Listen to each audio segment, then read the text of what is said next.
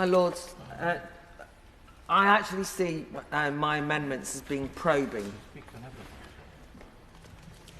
I'm very keen on having a robust complaint system and for individuals, and I'm actually open to the argument about an ombudsman, and I am listening very carefully to the way that that's being framed.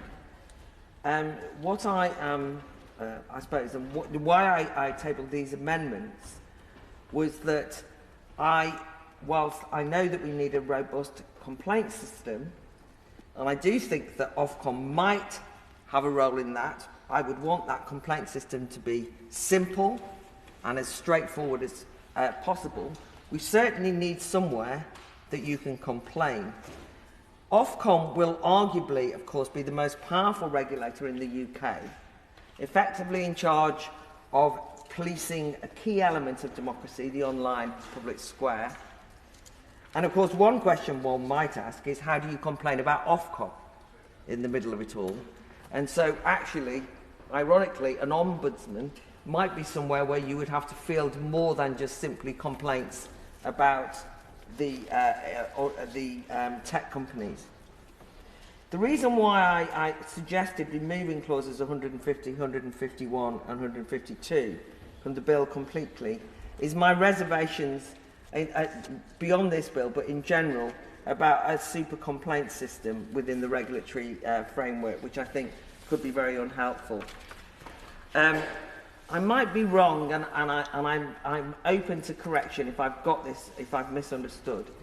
But the bill's notion of an eligible entity who will be allowed to make this complaint to Ofcom, it seems to me, is at the moment to be appointed on a criteria set only by the Secretary of State, and I think that that's a serious problem. There's a danger that the Secretary of State could be accused of partiality, of politicisation, and I think, therefore, that we have to think carefully about that.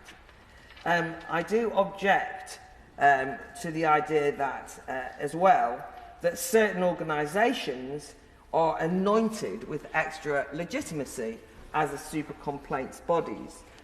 And we've seen this more broadly. I mean, you'll often hear in relation to consultations where government ministers will say, we've consulted stakeholders, we've consulted civil society organisations.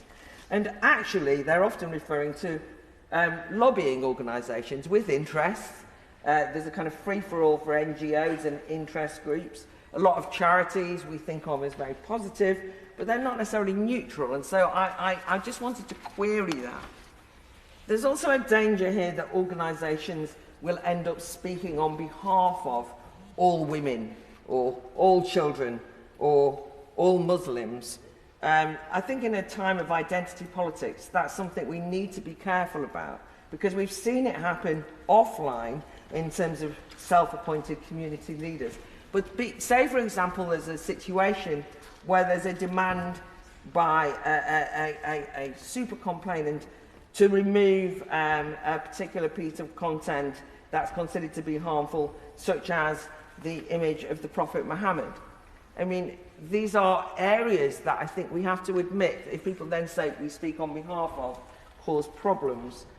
And although, as I've said, charities historically have huge credibility, we know from some of the scandals that have affected charities recently that they're not immune from, they're not always as saviours, and they're certainly not immune from both corruption, political bias, even political disputes, and so on. I suppose my biggest concern is that the function in the bill is not open to all members of the public, and that seems to me to be a problem. And therefore, what we're saying is that certain groups and individuals will have a greater degree of influence over the permissibility of speech than others. There are some people who've understood this these clauses to mean that it would act like a class action, that if enough people are complaining, then it must be a problem. But as my noble lords will know in their inboxes, sometimes one is inundated with emails, and that doesn't necessarily show a righteous cause. I don't know about anyone else, but if you've been involved in this bill, I've had a cut and paste email about violence against women and girls that's exactly the same email hundreds and hundreds of times. It doesn't, what does that mean? It's a cut and paste email.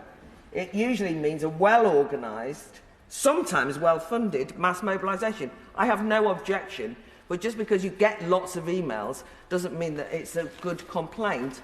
And if you only get one email complaint that's important, then actually, and individual, and written by an individual, then surely we should respect that minority view.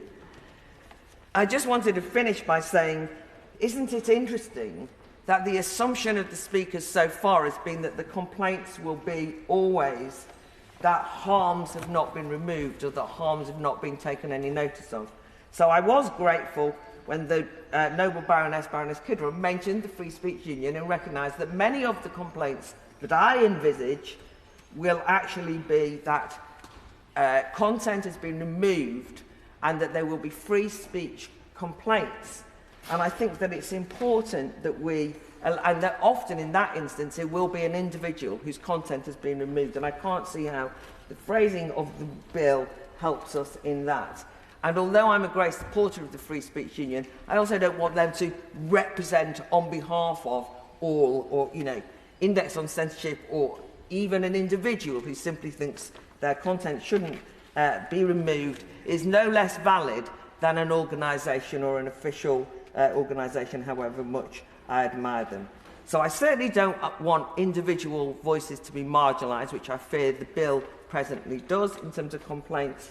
I'm not sure about an ombudsman, because I'm always wary of creating yet another more powerful body in the land, because there is a danger of over-bureaucratisation.